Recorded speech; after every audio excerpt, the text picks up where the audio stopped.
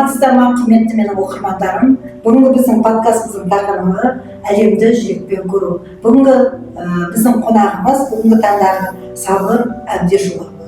Сізбен біздің подкастқа қонаққа келгеніңізге сізге үлкен рахмет. Қош келдіңіздер. Сіздің әуелі өзіңізді таныстырып өтсеңіз. Рахмет шақырғандарыңызға. Біріншіден, енді өзіме келсем, мен осы 1971 жылы Атырау қаласында туып өскенмін. Өзім көзім бала кезден нашар көреді негізі. Жалпы 15 жылдан бастап көрмей қалды. 15 жылдан бастап дым көрмеймін. Біздер осы зағиптар қоғамы авангардтағы Омаров көшесінде сонда тіркеудеміз. Ал мына тең қоғамға біздер келіп тұрамыз. Бұнда да тіркеудеміз. Тең қоғам бізге әрдайымда есігін ашып, жақсы қарсы алады. Жалпы осы тең қоғам әлеуметтік жобасында қандай үйірмелер қызықтырады сізді? Жалпы біздер осы зағиптар қоғамында біздер өзіміз манағы спорт, дойбы спортында қатысамыз. 6-7 жылдай болды. Қалалыққа да шығып жүрдік. Өзіміздің тренерлеріміз бар. Солар арқылы қалалық нелерге үлкен жарыстарға шығып жүрдік. Тең қоғамда сол дойбы ойына үйрену әдістерімен қатысып жүр осында да. Жалпы Сабыр Әбдешұлы, сіздің өмірге деген осындай қызығушылығыңыз керемет. Сіз қай ортада да қоғамдық осындай әлеуметтік жобаларда белсенді жандардың бірісіз. Сондықтан осы қызығушылығыңыз себептері қандай? Жалпы өмірге деген? Өмірге деген осы үйде отырып қалмай, жатып қалмай, өзіміз шығып жүрген осы өзімнің отбасымның арқасында біріншіден, сосын манағы өзімнің манағы әулетімнің арқасында манағы бар отырма, анда бар, қайда не бар, соған жіберіп отырады. Соның арқасында көптеген осы зағиптар достарым бар. Мысалы, олар да отырмайды, осылай мен сияқты әр жарысқа болсын, енді біздер основной дойбы ойынын ойнағасын, жарыстарға бірге барамыз, бірге жүреміз.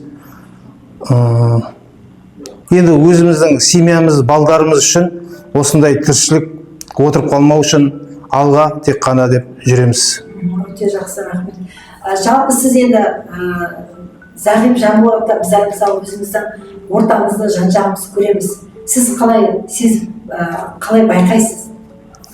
Енді байқағанда, енді бұрын 15-ке шейін көзім көрдім дедім ғой. Осы қаланың ішінде жүрдік, көп жерлерде болдық. Көп жерлерді мен манағы уже миға бұл кезіндегі немен білемін. Сосын біздер енді қазір көз көрмесе де келіп тұрған адамды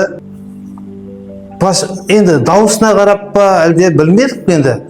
Мысалға бойы қандай екенін, қандай түсте болғанын адамның, сосын қай шамада екен сөйлеп тұрған сөз арқылы айыра аламыз. 70%-ке дейін айыра аламыз. Сіз жаңа айтып кеткен сөзіңіздің басында, сіздің осындай өмірге деген құлшынысыңызға отбасыңыз жалпы көбірек қолдау білдіреді. Сол қолдауыңыз өзіңіздің отбасыңыз туралы білсек. Отбасыма келсем, өзім 1995 жылы үйлендім. 4 балам бар, 2 қыз, 2 ұл. Енді жолдасым медсестра болды, манағы көп жерлерде жұмыс жасады, осы Атырау қаласында. Қазір дүниеден өтті 22 жылы. Қазір енді өзім сол балдардың арын есімен өмір сүріп жатырық. Енді екеуі үлкен, екеуі школ уақытында сабақ оқиды. Рахмет. Осы ұрпақтарыңыздың қызығын көріп, сол балаларыңыздың ортасында бақытты, жақсы ғұмыр тілейміз сізге. Рахмет. Сабыр Әбдешұлы, сізбен жалпы сіз жаңағы қазіргі уақытта қоғамдық технологиялар дамыған, сонымен қатар сіз осы әлеуметтік көмектерді қалай пайдаланып жүрсіз? Енді қазір уақытта енді президентіміз біздерге осы мүгедек адамдардың бәріне көмектесіп жатыр ғой. Біздерді қолдап жатыр.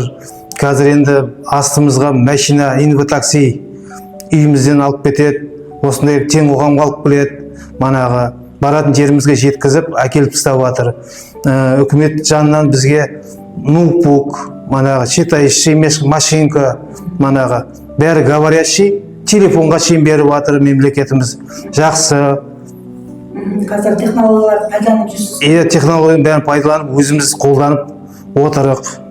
Сонымен бүгінгі бізде қонақта болған Сабыр Әбдешұлы, бізге келгеніңізге үлкен рахмет. Сізге болашақта біз жақсы күндеріңіз көп болсын, айналаңыз толы берекелі болсын деген тілек айтқымыз келеді. Аман жүріңіз. Рахмет сіздерге шақырғандарыңызға көп. Сіздер де аман болыңыздар.